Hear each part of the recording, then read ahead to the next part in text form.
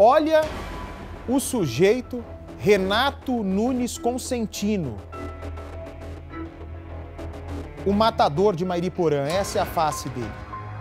Vocês acreditam que ele foi capaz de matar a família inteira vizinha porque ele se incomodava com a fumaça? Ele se incomodava com a fumaça dos vizinhos. E ele não pensou duas vezes, já tinha feito o ataque meses antes. Nós conversamos com a família que sobreviveu ao ataque e vai contar exatamente quem é esse homem. Acompanhe a reportagem inédita. Depois de cometer o massacre, Renato preferiu o silêncio. Você não fala nada, Renato? Sim ou não? Tá Você matou ou não? não? Matou ou não? Quais os motivos que você teve para fazer isso? Tem algum Quer aproveitar motivo? seu espaço para você falar da sua versão? O que teria acontecido ali? Só aproveito para você se defender agora aí, Renato. Sim ou não, Renato? Só isso, só uma palavrinha. Deu errado, Renato. Uma palavrinha.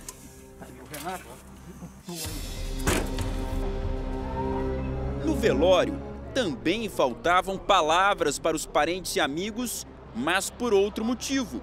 Estavam todos em choque, ainda sem acreditar na tragédia.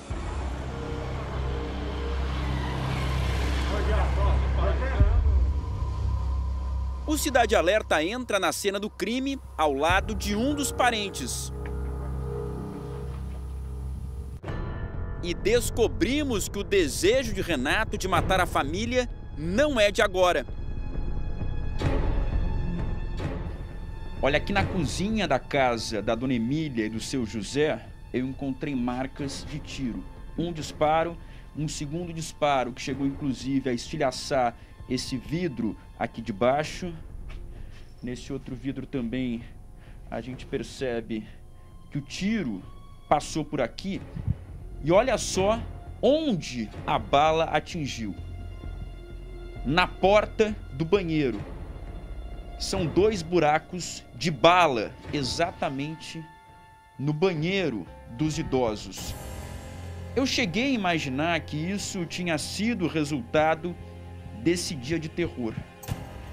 Só que a testemunha me relata, nesse momento, que isso aconteceu há cerca de 3 meses.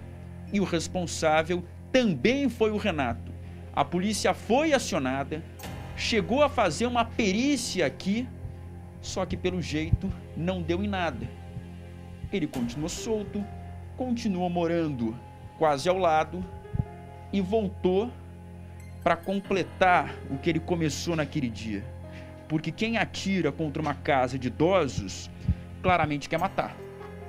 É que até o momento a gente não tinha a pista de ninguém, né? Teve os tiros, só que ele fez isso tudo muito bem escondido. Isso foi um tiro às 6 horas da manhã. No momento eu estava dormindo. Aí tem o Ayrton que faleceu, ele saía 15 para 6. Então ele esperou o Ayrton sair. E o intervalo entre o Ayrton e o Eric sair é mais ou menos uns 40 minutos. E nesse intervalo foi que ele foi no pé da torre ali, na curva do sítio, e disparou 3 disparos. Ele atirou lá de cima. Olha, a conclusão que a gente tira é que o Renato é bom de pontaria. Porque a gente está a quantos metros lá do início do terreno? Uns 300 metros pelo menos. Então, a 300 metros, ele conseguiu atingir exatamente o alvo. A janela da cozinha. O tiro invadiu a casa, atravessou a cozinha e foi até o banheiro de uma casa de idosos. No horário em que ele sabia que as outras 2 residências do sítio estavam vazias. Ou seja, é briga antiga. Há 3 meses isso. Ela fazia a limpeza do sítio aí do quintal e queimava o mato. Aí ele, só apenas uma vez ele veio aqui com a esposa e reclamou. Nunca mais reclamou. Você imagina o desespero da família tentando entender o motivo de um ataque a tiros na casa, tentando encontrar alguma explicação. O motivo. Até imaginando que ela tinha alguma dívida. Isso, tinha que prestar dinheiro para alguém, pegar dinheiro com a agiota, ou sei lá, alguma coisa tinha que acontecer. Tinha que ter uma explicação. Verdade, era um vizinho que, pelo que você me diz nesse momento, se incomodava com a sua mãe queimando a sujeira, o mato que varria do sítio. Uma fogueirinha de 1 horinha que ela fazia aqui para limpar o mato, ele se incomodava. Os parentes das vítimas acreditam que depois do atentado a tiros, Renato planejou um novo ataque, mas ele teria agido sozinho? Como seria possível alguém invadir um sítio onde moram tantas pessoas sem a ajuda de alguém? Qual teria sido o verdadeiro motivo do massacre? Renato é um homem de comportamento estranho, como aponta a testemunha localizada pelo Cidade Alerta e que tem medo de mostrar o rosto. Na verdade, assim, ele não cumprimentava ninguém, sempre cabeça baixa. 2 casas destruídas pelo incêndio. Entre as vítimas, o casal de idosos Emília da Luz Silva, de 74 anos, e José Benedito da Silva, de 78, que morreram carbonizados. A outra vítima fatal é Ailton Aparecido Santiago, de 41 anos, casado com a filha dos idosos. Colegas de trabalho de Ailton chegaram ao velório de ônibus para homenageá-lo. Alegre, educado, respeitava todo mundo, se dava bem com todo mundo lá na firma lá. Nunca comentou de um vizinho maluco? Comigo não. A mulher de Ailton conseguiu escapar porque foi salva pelo filho Eric, que também morava no sítio. Dona Íria, de 53 anos, está internada sem previsão de alta. A filha da Dona Iria acabou de desembarcar aqui na rodoviária da Barra Funda, fez uma longa viagem, mora a cerca de 600 quilômetros da capital paulista. Então, além de ser uma viagem cansativa, ela precisou conviver com a dor da perda, ainda sem saber as consequências reais disso tudo. A mãe está internada no hospital, o irmão já foi liberado e agora ela está em São Paulo para acompanhar mais de perto os desdobramentos dessa tragédia. Ela não quer ser identificada, ela prefere não mostrar o rosto. Inclusive é um pedido dos irmãos. Está se comunicando aqui com o irmão para tentar saber para onde vai agora que chegou em São Paulo. Foi uma viagem que você jamais gostaria de fazer. Um grande trauma. Como é que você ficou sabendo dessa tragédia? Como é que chegou lá na sua cidadezinha a informação? Só recebi a notícia de que eles haviam sofrido um atentado e que estariam todos mortos, mas depois eu consegui falar com o meu irmão e eu fiquei sabendo que só 3 deles foram vítima fatal. E a minha mãe está internada. O meu irmão, que também sofreu a facada, ele está bem, já teve alta. Para mim foi um alívio ver a notícia na televisão que o bandido foi preso, ele foi réu confesso, né? Para mim já foi um grande alívio. Alguma vez alguém da sua família comentou sobre esse vizinho? Não, de forma informal, olha, tem um vizinho que incomoda a gente? Não. Faz muitos anos, né, que eu fui embora daqui e eu tenho contato com a minha família mais por telefone mesmo. Mas às vezes numa ligação, quando a coisa toma uma dimensão, eles poderiam ter te avisado? Nunca falaram? Não, nunca teve nada de rincha, nada de briga, nunca houve nenhum falatório sobre qualquer assunto que poderia chegar a vir acontecer, essa tragédia que aconteceu com eles. A gente está com um carro à disposição aqui para poder atender aos interesses da família, porque agora tem uma longa burocracia pela frente para a liberação dos corpos dos avós, também do padrasto. É algo muito traumático para a família nesse momento, até pela dimensão que essa tragédia tomou. Conta com a gente, nossa solidariedade, a gente está aqui para lutar por justiça, para passar limpo e entender o que aconteceu, porque eu acho que você tem muitas perguntas ainda não respondidas. E achar essas respostas pelo menos pode ajudar a trazer um pouco de paz. Eu sei que é difícil, mas é importante até no processo do luto. Sim, saber o que, o porquê, isso você não sabe. Não tenho nem o que falar, porque a minha mãe ainda está hospitalizada. O bandido já foi preso, a gente não sabe até quando. O sítio da família fica em uma das regiões mais valorizadas aqui do bairro, bem no vale, no meio das montanhas. Por isso, aqui de cima a gente tem uma visão privilegiada do sítio. Um lugar tranquilo, também porque não há vizinhos ao redor, o que garantia toda a privacidade da família. Dá para perceber também que não há cercas ou muros, não tem uma porteira aqui para a gente acessar a propriedade. A gente vai descer a pé para se aproximar da casa onde aconteceu a tragédia. Aqui de cima já dá para ver, olha só, algumas pessoas lá em frente à residência. A gente não sabe ainda se é algum parente. O Anderson Rosa me acompanha aqui, porque essa casa, a primeira, foi a mais atingida. Um local que não tem iluminação à noite, não tem poste passando aqui. A luz tinha sido cortada, inclusive. Então as casas também estavam às escuras. Isso dias antes. Uma situação que a polícia ainda não conseguiu esclarecer se essa briga começou anteriormente, quando vieram aqui cortar o fornecimento de energia elétrica. São muitos detalhes que a polícia ainda precisa investigar para montar esse quebra-cabeça e, principalmente, apontar se houve o envolvimento de mais pessoas, porque acreditam que a prisão do Renato não coloca um fim nessa história.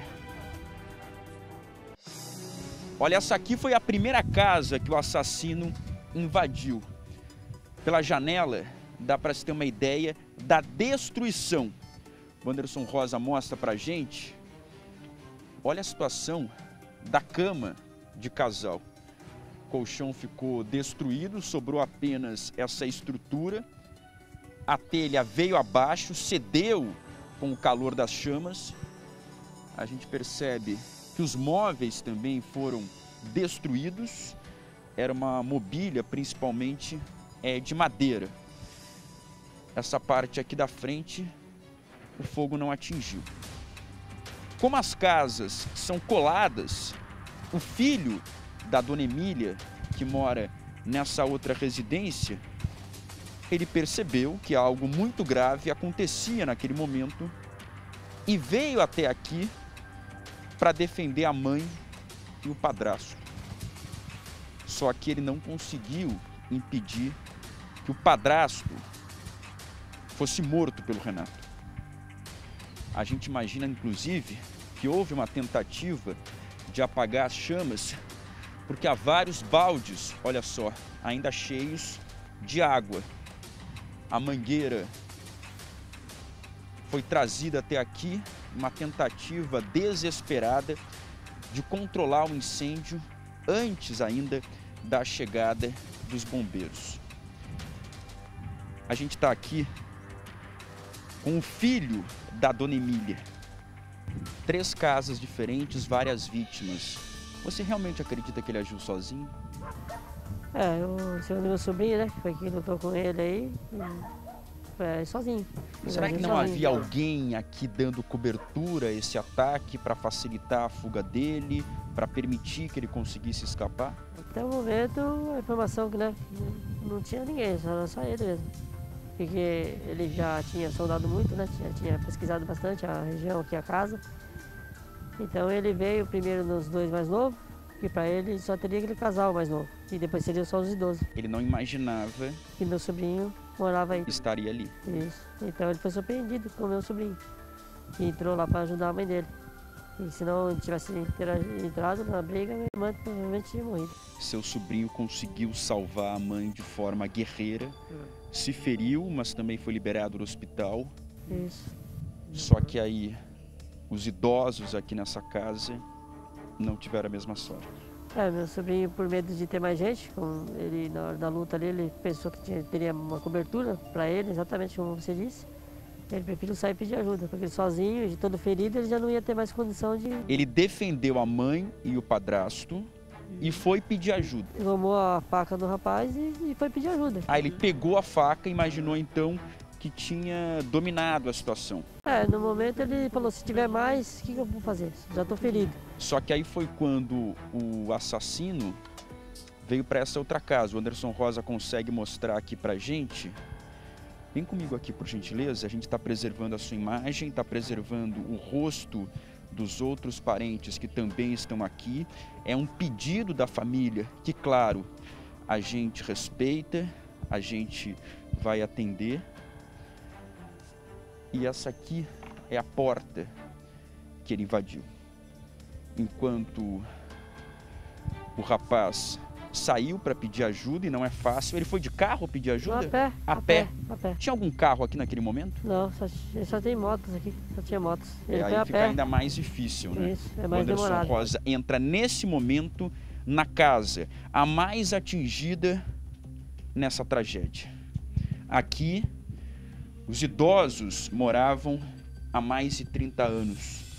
Uma vida tranquila, pacata, na zona rural de Mairiporã. Entra aqui comigo, a gente não vai mostrar o seu rosto.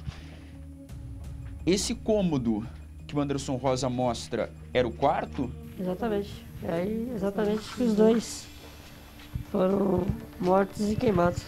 Eles estavam dormindo? Como é que foi? Dormindo.